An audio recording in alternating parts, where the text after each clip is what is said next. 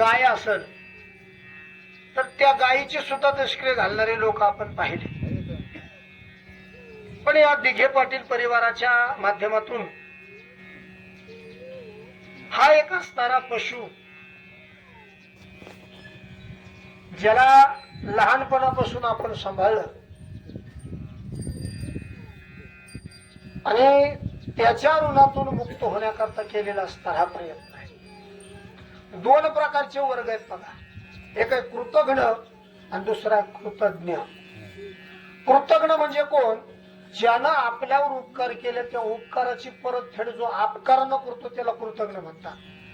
आणि एक वर्ग असा आहे कृतज्ञ, ज्यानं आपल्यावर उपकार केले उपकाराची परतफेड जो उपकारानंच करतो त्याला कृतज्ञ असं म्हणतात. पण आजच्या असणाऱ्या या कार्यक्रमाला कृतज्ञता सोहळा म्हणायला हरकत नाही. कारण जरी तो पशु योनीमध्ये जन्माला आला होता तर तोही एक जीवच होता.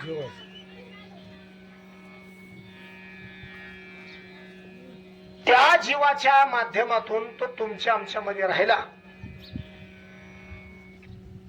आणि मग सृष्टीचा नियम असा आहे, जो जन्माला येतो त्याला एक दिवस जावा लागतो. कबीर महाराज सांगतात, आएगा सो जाएगा राजा रंक फकीर, तुलसी चिंता क्यों करे भजले श्री रघुवीर. येणारा प्रत्येक जीव जाणारच आहे. आज महाराज मोठी शोकांतिका आहे. आज आपल्याकडं गायी गोठेचे गोठे भरलेत गायी. पण एवढी शोकांतिका वाईट आहे, एखाद्या जर्सी गायला जर गोरा झाला तर पहिले लोक तो खाटकाला विकायचे. आणि आजची अवस्था अशी आहे, त्याला खाटी काही कोणी घ्यायना म्हणून अक्षरशः ते गोरे रस्त्यावर सोडून दिलेले. मला सांगायचं एक लक्षात घ्या, तो कोणताही असो पण तो एक जीव आहे. आणि सगळे तळतळाटे एका बाजूला आणि एखाद्या प्राणी मात्राचा तळतळाटी एका बाजूला. घरामध्ये त्याचा असणार हा दशक्रिया विधी. गेली लहानपणापासून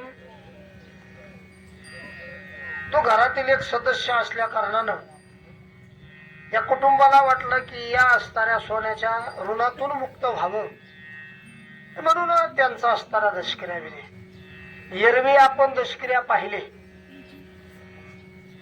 एरवी आपण मृत्यू लोकामध्ये जन्माला आलेले जे असणारे जीव आहे, अर्थात